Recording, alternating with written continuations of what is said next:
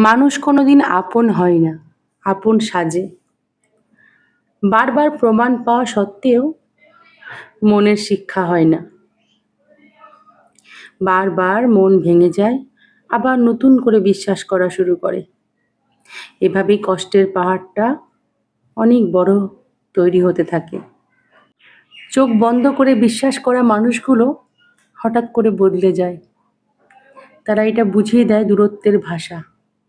তারা বুঝিয়ে দেয় যে মানুষ কতটা স্বার্থপর। এবং দিন শেষে নিজের কাছে নিজের এটাই মনে হয় যে নিজেকে ভালোবাসাটাই সবচেয়ে বড় নিরাপদ একটা স্থান। না আছে এখানে কষ্ট পাওয়ার যন্ত্রণা, না আছে মন খারাপ, আর না নিজেকে নতুন করে গড়তে হয়।